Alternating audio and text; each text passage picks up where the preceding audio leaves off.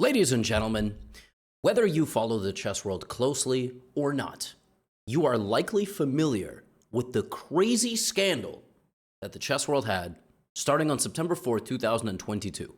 And the two main characters were Magnus Carlsen and Hans Niemann. Now, this led to a wild series of events, including a gigantic lawsuit and ultimately some form of seemingly amicable settlement. In fact, Magnus Carlsen and Hans Niemann, despite that lawsuit and the scandal and all of that, have played each other since that day that they played in St. Louis. And by the way, if you clicked on this video and somehow have no idea what I'm talking about, you've got a lot of catching up to do, but fret not. So they haven't played each other in an over-the-board chess game since St. Louis. They've been in the same tournaments, but they've never performed at a level where they get paired against each other. But today, it was about to happen. They are playing in a World Team Championship format. And in the final round, Magnus's team was going to play Hans's team. But the matchup never happened. And I was just an innocent little lad, and I was just sitting at my computer when I saw this. And I had no idea what this was in reference to. I was like, is Hans talking about me? He tweeted, if you aren't willing to handle things on the chessboard, don't even bother playing. Chess is the greatest combination of art and war. Cowardice leads to inevitable defeat. And I was like, bro, he yapping. What? I was like, what is he talking about? And then I realized, oh, he must be talking about, and yes, sure enough, it was this. Magnus Carlsen sits out the final round, so it's Niemann versus Jan Nepomniachtchi instead. Now, some people had fun with this. Anish Giri, probably the funniest chess player on the planet, at least the funniest grandmaster until I become one, said, what if he lost rock, paper, scissors? They did rock, paper, scissors, and he lost. And obviously, this led to a bunch of mixed reactions, mixed responses. And yeah, we never got the matchup. And people were pro Magnus, they were pro Hans. When I think about this matchup and it not happening, right? Folks, they are literally on a collision course as we speak. They have to play against each other. And you will, what I'm talking about is the Speed Chess Championship that is currently ongoing here in August 2024. They're in the quarterfinals. If they both make it to the semifinals, is Magnus not going to play the matchup? I mean, that's I don't know. Obviously, I think that, they should be playing against each other. But in my opinion, Magnus has way more to lose in their matchups than Hans. The truth is, Magnus has beaten him in, I think, 3 of the matchups that they've had. He's 2.5 out of 3 in their online games. Hans has yet to win. But the truth is, every time Magnus wins, it's kind of like, duh, of course he's going to win. And then if Hans wins a game, or if he wins a match or an important thing, the headlines are going to be crazy. So yeah, we're never going to get a return to normalcy with these two, and I'm here for it, but yeah, wild stuff. But having said that, Magnus and Hans might play against each other in September. Stay tuned in the month of August because they have to play their quarterfinals matchups. Now, that's not the end of today's video because I've got way more for you. I have a clip, which I'm going to show you later, of Hans laughing in his opponent's face, which is sick.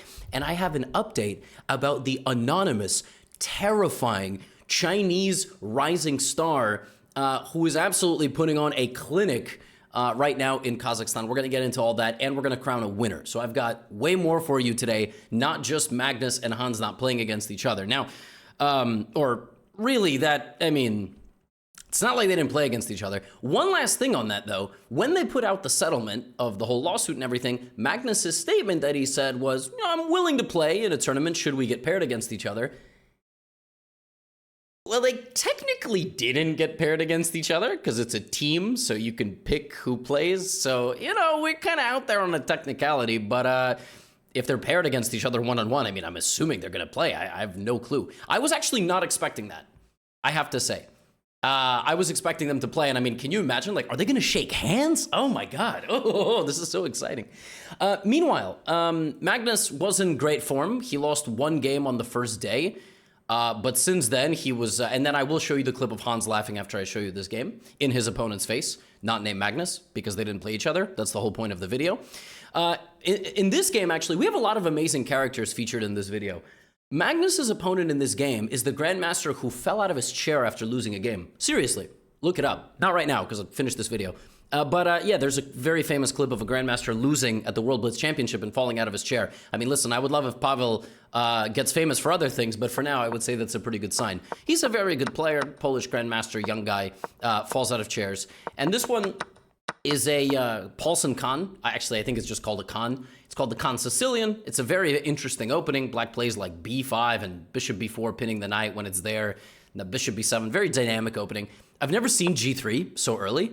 I thought it was just a bad move. I thought you're just supposed to develop a pawn or a knight first. Magnus plays d5. I mean, okay, bad move is a strong statement. It's like move 5. You know, white can't really do anything stupid. Pavel now gambits a pawn.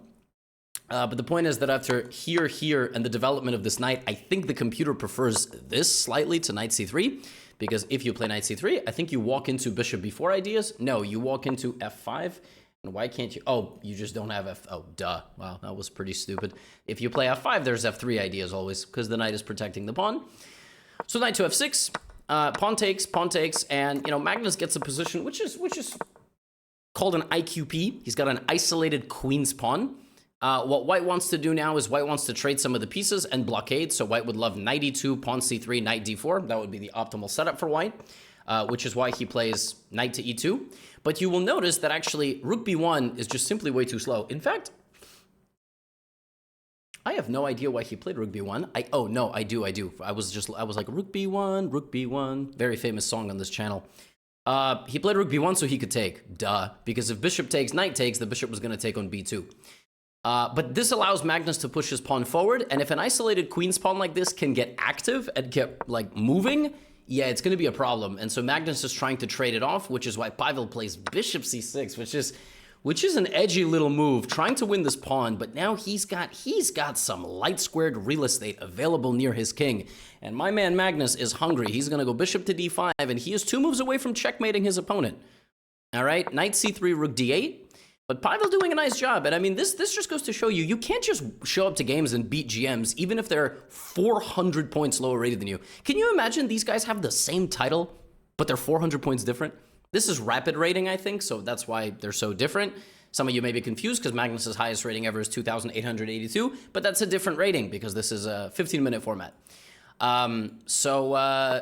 Bishop c5. Now, you'll notice Magnus is just straight up down a pawn, but the reason the position is equal is because white is under significant pressure. This is white's extra pawn. You don't really feel it, and white has a lot of weaknesses around his king. And likely this game is not going to an endgame with the pressure that is being sustained.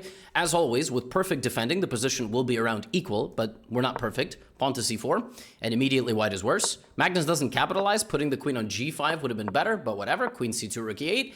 And now with the tension rising at its highest point, suddenly black starts taking over the game, and those weaknesses are really felt. If king to g2, the knight is hanging. So Magnus put a lot of pressure on his opponent, and remember, Pavel was the one that gave up the light squared bishop, so he knew what he was getting himself into when he did this. Now he plays pawn to f3, further weakening his king. Would have been better, apparently, to play rook d3, which is a move I cannot really explain. Maybe to, like, give up a pawn and have the rook defend the... I don't know. I have no idea. He goes here, knight g5, and it's only bad to worse. The position is slowly falling apart.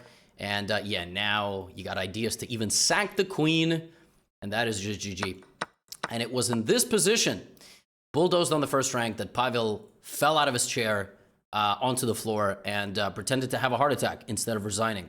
No. He didn't fall out of any more chairs, and he resigned in this position against Magnus Carlsen. Yeah, I mean, listen, Magnus was in great form, which is one of the reasons I was so surprised he didn't play against Hans. Because he lost one game, and I think he won like 7. I mean, he was like 7 out of 8, or 6 out of 7, or something like that. He drew maybe one game. I mean, he was in really good form, and an eyelash just got stuck in my eyeball. Oh my goodness. Oh my goodness, this is the worst feeling. Okay. The other worst feeling that I have for you is getting laughed at by your opponent. Now, Hans did not laugh in the face of Jordan van Forest, but what Hans did do is play him. And I will show you the clip in a moment. So he plays against Jordan, who's a very, very dynamic player. But in this game, he chose the Rue Lopez. But he chose an interesting and exciting one where you kind of play like a King's Indian. Some of you experienced folks might understand this pawn structure. Don't really worry too much about it. And this game builds up very slowly. White develops all his pieces, and then White starts pushing his pawns in the center and on the queen side. Very typical, standard stuff in Spanish kind of Spanish positions.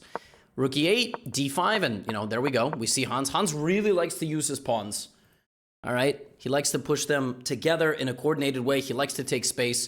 Jordan tries to kind of freeze him up, not let him make any more progress. Hans now brings the queen, the bishop, and the rook like this.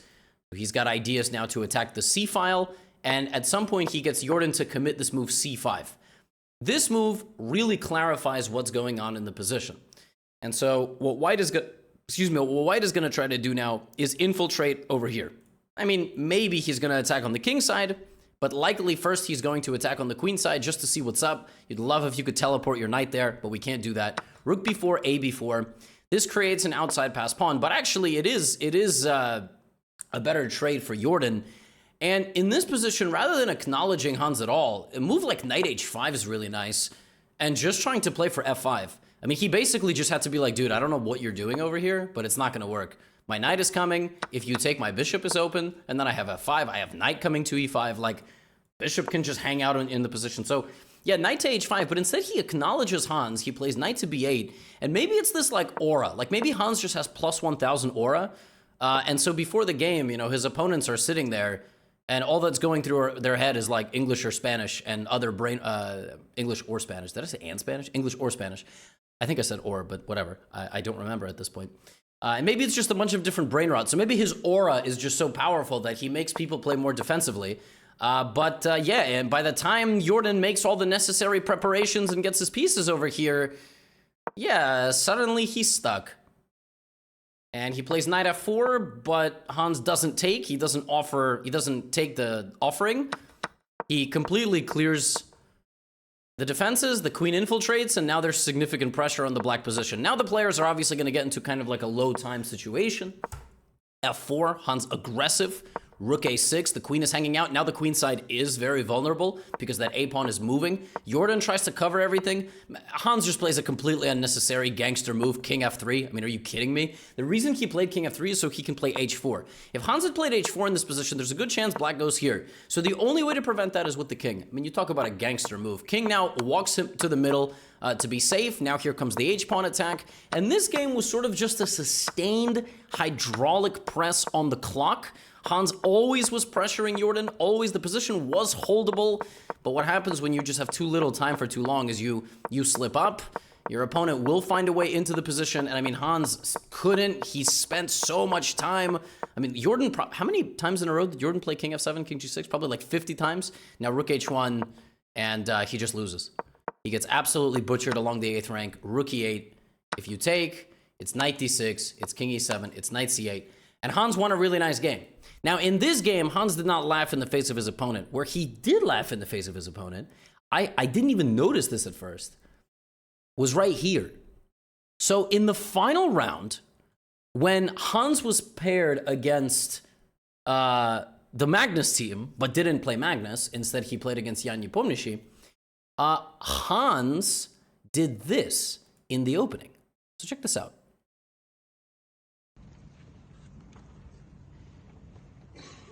So he takes the pawn. Now look at his reaction when Nepo takes his pawn.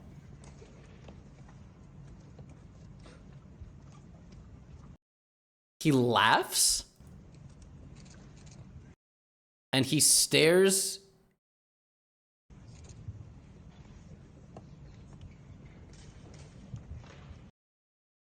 And he can't, like, I don't know what happened here. So did Hans say, he said something to him?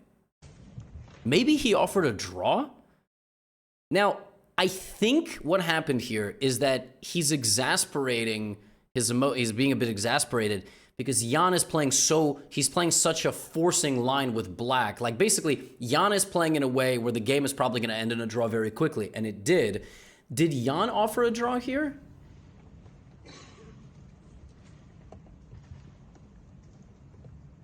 So we look at him, right?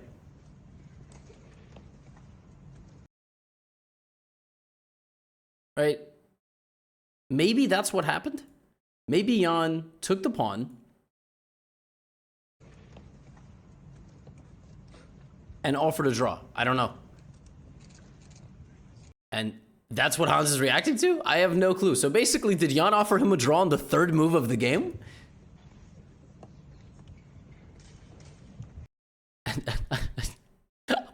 I don't know what happened. Everybody's looking around.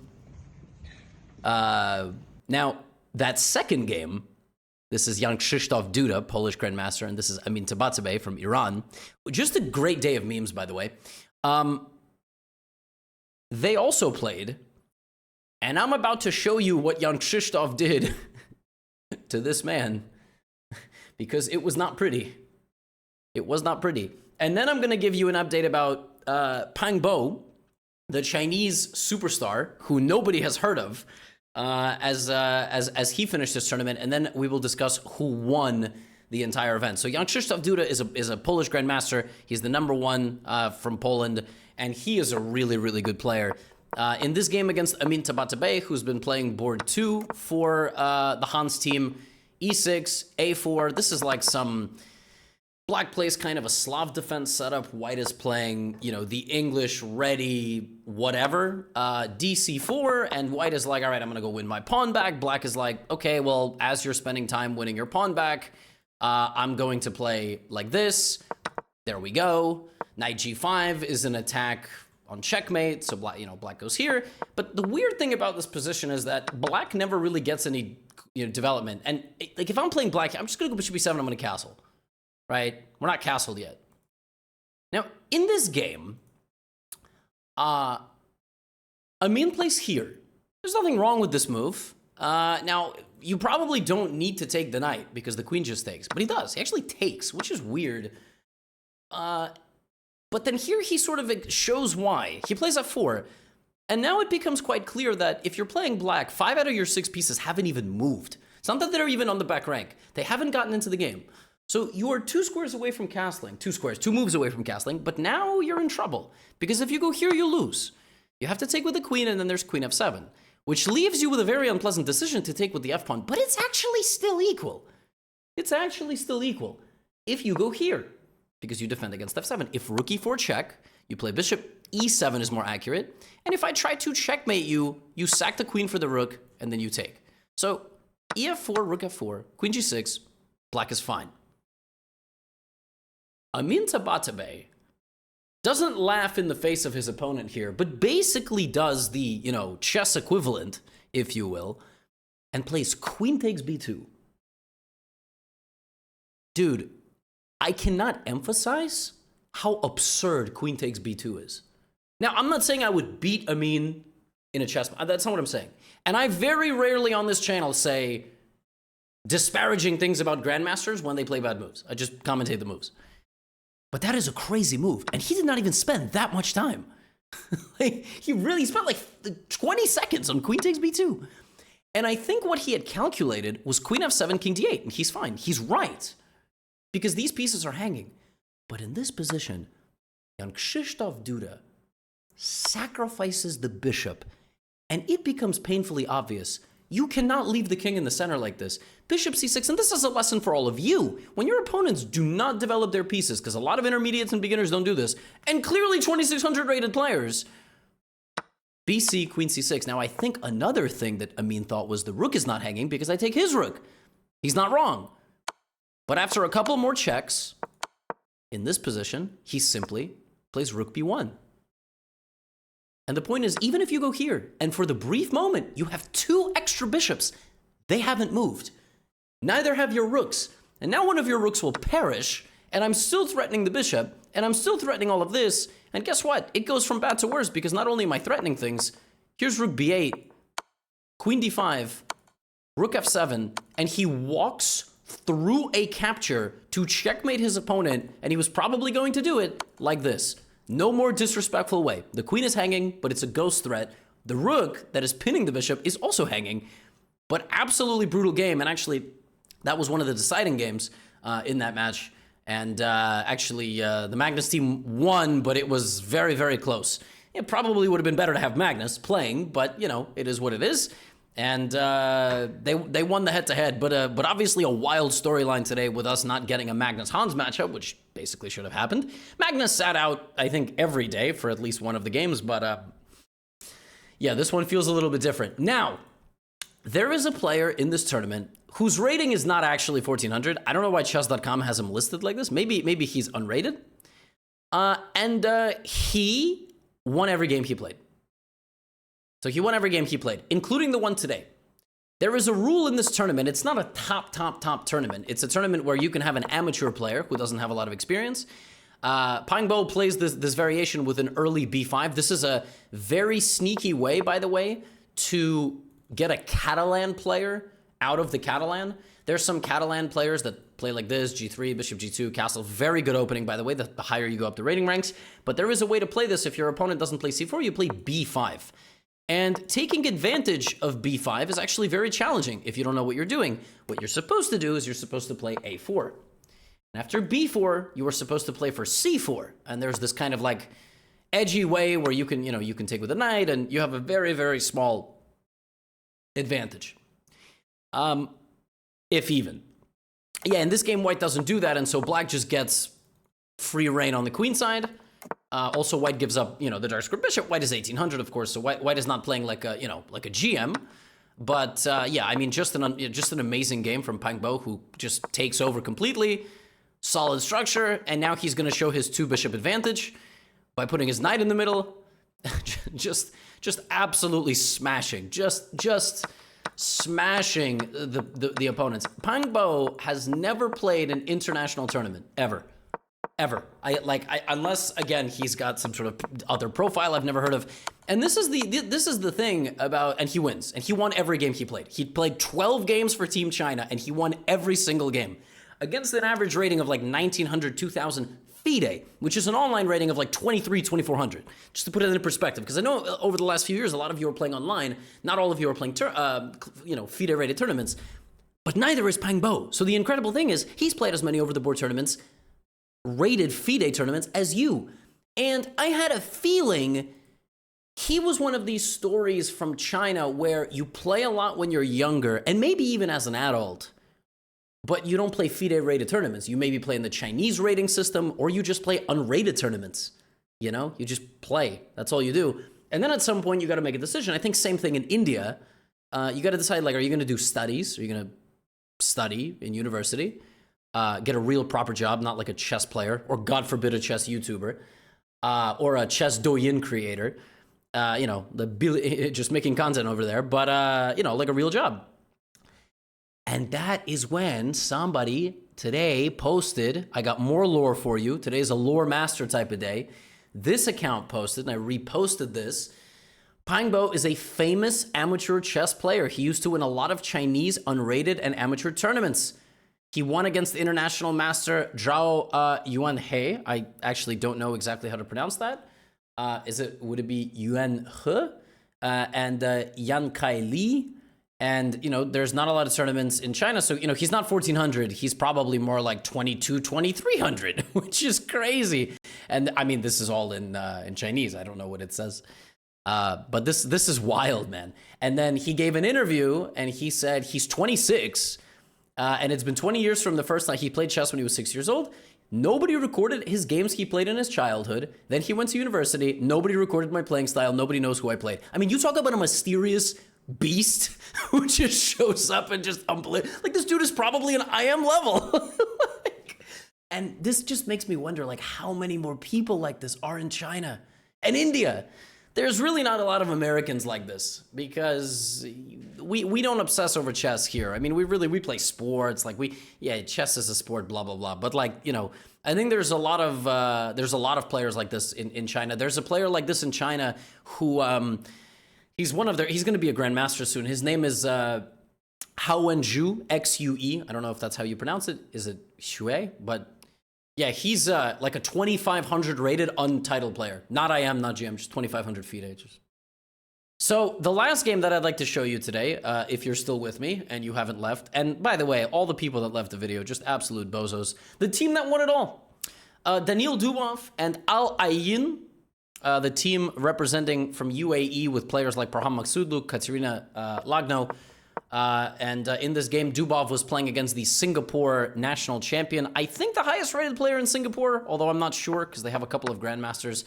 And in this game, Daniil Dubov shows that even though you play a completely symmetrical pawn structure, completely symmetrical, this opening is actually used to make draws. I think I've shown this before, but there is about 1,000 games in the database where white plays this completely unambitiously, and then in this position, the players agree to a draw. Like if they prearrange the draw. If they say, hey, you want to draw, you don't even want to play this game, boom, easy, done, yeah. In the game here, we have queen b3, attacking the pawn, and now we have queen a4 check, forcing the bishop back, and now queen d1. so basically, you kind of want black to go here and say, well, the position is symmetrical. No, it's not. No, it's not. Totally different position. In the other position, your bishop was on f5. So in this position, you just have a worse version of that position. So I accidentally tricked you into... Isn't that fascinating? Because of the amount of moves played? Yeah, just amazing stuff. So instead of that, black goes here. White plays e3, but this position is completely equal. Bishop b4, bishop d3, and we see Tin Jingyao spending a little bit of time. But this little degree of imbalance now is actually kind of tricky, and after a4, black is not able to get b5, but he plays it anyway. So he tries to force b5 to happen. A b5 is played here from Dubov. The best move is actually bishop g5 for reasons I can't quite explain. I think he just forgot that and instead went for this position where black is equal. Now he plays bishop g5, takes, and clearly this game is going to be decided by one of these two pawns. So either the pawn on c3 is going to fall and black's a pawn will fall and the position will be completely equal, or white is going to win that pawn and actually go on to win the game. In this position, black should play knight c4. Clearly he didn't like something because he went here. That is a crazy move. So instead of just improving his knight, getting it out of the way, blocking the queen, and also being able to take with the queen, Tin Jingyao goes here and allows his king to be opened up and also allows white to attack the center of the board. So now there's a lot of imbalance. Now black's king is weak. Now the pawn structure is imbalanced. Now black has bad pawns. I mean, now with black, for example, you cannot allow this because your pawn structure is fatal. Completely fatal. I spit on myself, it's so fatal. So e4 takes on e4, queen e4, and Dubov here just shows a level of class. I mean, he just goes walks straight down the middle. He doesn't even have to think about that move because, again, it's all about the structure. Black's structure is dead. It's like, it's a terrible pawn structure. In every endgame, it's going to be bad. Actually, his structure was so bad that here, the computer just doesn't even want to take the pawn. Can you imagine? Taking the pawn was a bad move. It just wants to go queen h4 and attack the pawns like queen d6, and I guess it wants rook a4, rook g4, which is crazy. Like, it wants to attack the king. But he takes, and yeah, black is, okay, equal according to the computer, but this is anything but an easy position. Knight f5, and Tin Jingyao does a nice job defending himself, but the pressure is just a little bit too annoying here, and it's only a matter of time. Even with the trade of rooks, it's okay. Dubov didn't play it perfectly, but he played it perfectly enough. He didn't trade pieces, went to the 8th rank. Tin Jingyao got low on time. Now he's probably going to lose that pawn. He goes to defend it. Now here comes the next. I mean, black just, the structure is black's death here. He can't move any pawns. Like, imagine having 4 pawns, but they're just standing around waiting to be beaten up. Knight f5, slow, improving moves. And black is just toast. He's down to 40 seconds. Now he loses one of his pawns. And by the way, just beautiful. I mean, Dubov is just he's an artist. Queen a8, sacrificing material. Queen a6. And the pawns will fall. Now he's just completely winning. And h5, h6. I think h5 was a mistake. I think rook f5 was better, but black is going to run out of time pretty soon to defend himself.